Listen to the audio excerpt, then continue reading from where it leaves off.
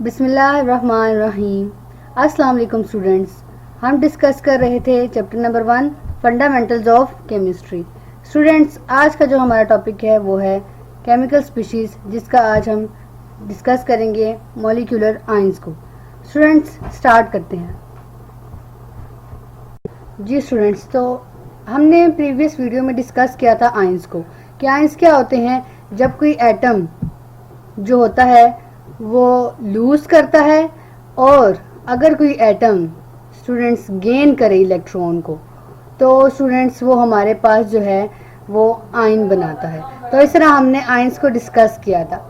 Students, आज जो हम डिस्कस करने वाले हैं वो है मॉलिक्यूलर आयन, मतलब एक मॉलिक्यूल जब आयन बनता है। तो स्टूडेंट्स, जैसे एटम्स लूज और गेन करके आयंस बनाते हैं, तो उसी तरह एक मॉलिक्यूल भी जब लूज और गेन करेगा इलेक्ट्रॉन्स को, तो वो स्टूडेंट्स हमारे पास बना देगा मॉलिक्यूलर आयन। तो स्टूडेंट्स, सबसे पहले इसकी डेफिनेशन देखेंगे हम।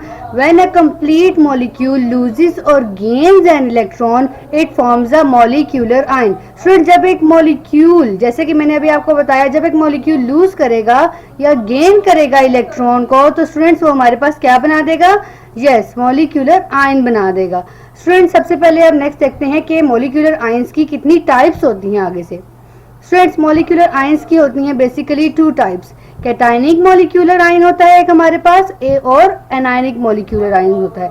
जैसे कि स्टूडेंट्स, मैंने आपको लास्ट वीडियो में आयंस की भी टाइप्स डिस्कस की थी, तो उसमें मैंने आपको बताया था कि आयंस की भी 2 टाइप्स होती हैं, कैटायनिक और एनायनिक होते हैं। तो इसी तरह मॉलिक्यूलर आयंस की भी स्टूडेंट्स 2 टाइप्स होती हैं। कैटायनिक मॉलिक्यूलर आयंस कौन से होते हैं, सबसे पहले हम ये देखते हैं। जी स्टूडेंट्स, तो अब हम डिस्कस करेंगे cationic molecular ion. Cationic molecular ion से मुराद है कि वो मॉलिक्यूल स्टूडेंट्स जो कि क्या करते हैं, लूज करते हैं और उनके ऊपर आ जाता है पॉजिटिव चार्ज। जैसे कि हमने कैटायनिक पढ़े थे, जो आयंस थे, कैटायंस थे, उनका हमने भी देखा था पिछले लास्ट वीडियो में कि उस वो जो एटम्स होते हैं वो जब इलेक्ट्रॉन लूज कर देते हैं तो उन पर पॉजिटिव चार्ज आ जाता है। तो स्टूडेंट, मॉलिक्यूल्स के केस में जब एक मॉलिक्यूल जो होता है लूज करता है इलेक्ट्रॉन्स को, तो उसके ऊपर आ जाता है पॉजिटिव चार्ज। ऐसे आयंस को जो हमारे पास बन जाते हैं इस लूज ऑफ इलेक्ट्रॉन की वजह से, उन्हें हम कहते हैं मॉलिक्यूलर आयन। सबसे पहले स्टूडेंट्स इसकी डेफिनेशन देखते हैं। If the molecule carry positive charge then it is called cationic molecular ion. Students, वाजिया सी बात है कि जब एक मॉलिक्यूल के ऊपर पॉजिटिव चार्ज आ जाता है तो उसको हम कहते हैं कैटायनिक मॉलिक्यूलर आयंस।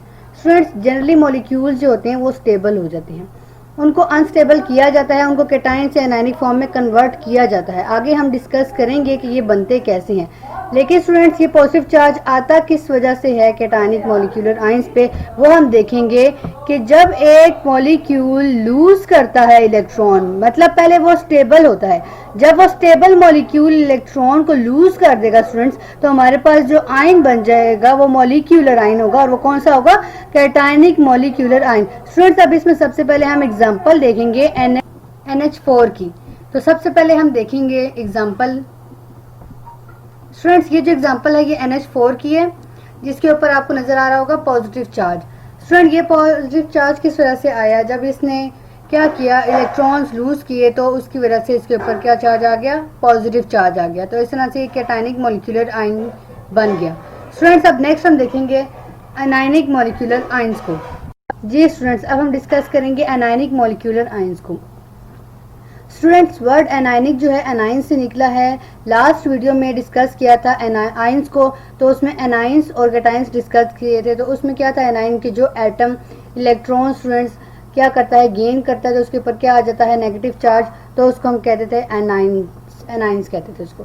अब एनायनिक मॉलिक्यूलर आयंस क्या होती हैं? बेसिकली स्टूडेंट, जब कोई मॉलिक्यूल स्टेबल फॉर्म में होता है, जब वो कोई गेन कर लेता है इलेक्ट्रॉन, जब वो गेन करता है इलेक्ट्रॉन, मतलब गेन करवाया जाता है उससे जब इलेक्ट्रॉन, तो क्या होता है? उसके ऊपर आ जाता है स्टूडेंट्स नेगेटिव चार्ज। तो उस नेगेटिव चार्ज की वजह से हम उसे कहते हैं एनायनिक मॉलिक्यूलर आयंस। सबसे पहले डेफिनेशन देखते हैं। If the molecule carry negative charge then it is called as anionic molecular ions. जब एक मॉलिक्यूल के ऊपर होता है नेगेटिव चार्ज तो उसको हम कहते हैं एनायनिक मॉलिक्यूलर आयन। अब ये बनता कैसे है, अगेन देखते हैं कि जब कोई मॉलिक्यूल क्या करेगा, गेनिंग ऑफ इलेक्ट्रॉन करेगा, इलेक्ट्रॉन्स को गेन करेगा, तो स्टूडेंट्स वो एनायनिक मॉलिक्यूलर आयन बन जाएगा, क्योंकि उस गेनिंग की वजह से उसके ऊपर आ जाएगा नेगेटिव चार्ज। अब इसकी एग्जांपल देखते हैं। स्टूडेंट्स आपको नज़र आ रही होगी एग्जांपल, साथ आपको कैल्शियम नज़र आ रहा है और साथ ही कार्बोनेट। ये कैल्शियम का एक आयन है और साथ जो नज़र आ रहा है आपको कार्बोनेट नज़र आ रहा है।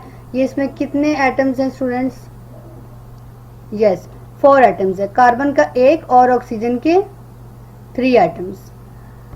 स्टूडेंट्स इस तरह से ये कार्बोनेट जो होता है इसके जो ऊपर होल चार्ज होता है -2 चार्ज होता है कार्बोनेट के ऊपर। जी स्टूडेंट्स, अब हम सिर्फ देखेंगे कार्बोनेट के स्ट्रक्चर को।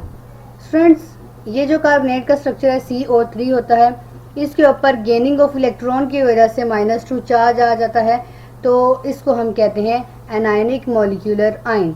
मतलब एक मॉलिक्यूल होता है उसके ऊपर गेनिंग की वजह से स्टूडेंट्स आ जाता है चार्ज, जितने भी इलेक्ट्रॉन्स वो गेन करता है उतना उसके ऊपर चार्ज आ जाता है, तो उसको हम कहते हैं एनायनिक मॉलिक्यूलर आयन। अब नेक्स्ट मूव करते हैं students.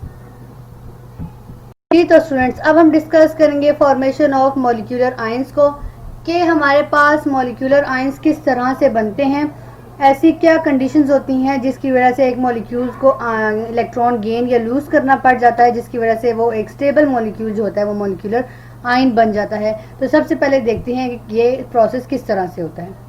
Students when gases are bombarded with high energy electrons in a discharge tube they ionize to give molecular ions.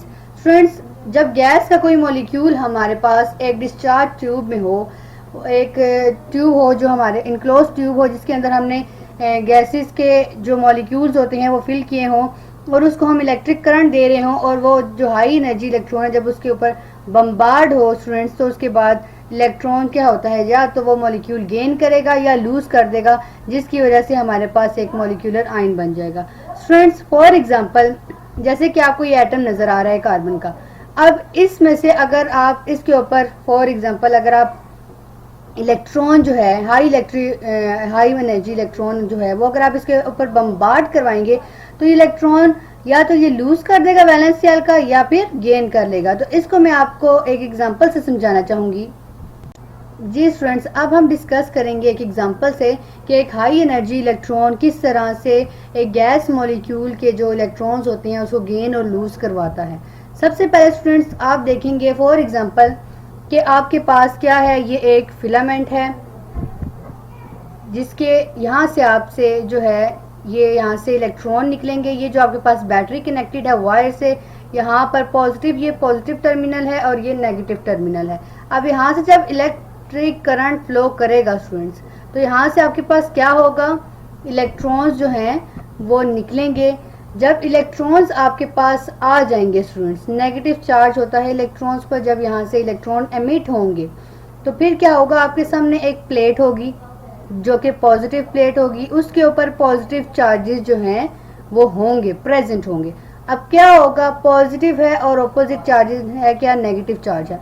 अब पॉजिटिव नेगेटिव की अट्रैक्शन होगी, लेकिन स्टूडेंट्स बीच में इस डिस्चार्ज ट्यूब कह लें, उसकी डिस्चार्ज ट्यूब के बीच में क्या होगा, मॉलिक्यूल्स होंगे गैस के जो मॉलिक्यूल्स होंगे स्टूडेंट्स, जब ये इलेक्ट्रॉन पास करेंगे तो वो इन गैस के मॉलिक्यूल्स को हिट करते हुए जाएंगे पॉजिटिव प्लेट की तरफ।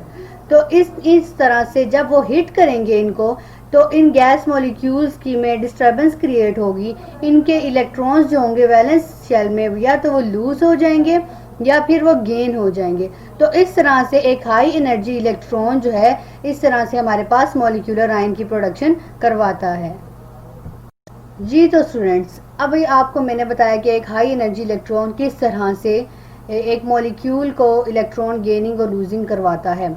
अब नेक्स्ट जो होता है हमारे पास, या तो हाई एनर्जी इलेक्ट्रॉन होता है और नेक्स्ट जो हमारे पास है वो अल्फा पार्टिकल्स भी हो सकते हैं, अल्फा रेज हो सकती हैं। अल्फा रेज क्या होती है स्टूडेंट्स, बेसिकली अल्फा पार्टिकल्स से बनती हैं जिनके अंदर हीलियम के न्यूक्लियाई होते हैं। न्यूक्लियस एक और न्यूक्लियाई जो है वो न्यूक्लियस का जमा है, उसके जो है प्लूरल है न्यूक्लियस का।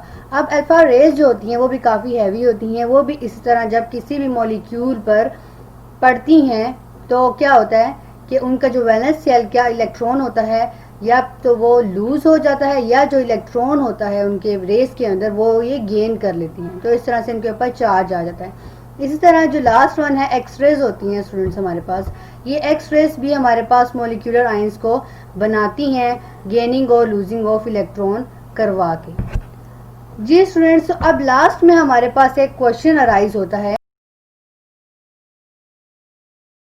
कि कैटायनिक मॉलिक्यूलर आयंस जो होते हैं हमारे पास अबंडेंट क्यों होते हैं as compare to anionic molecular ions.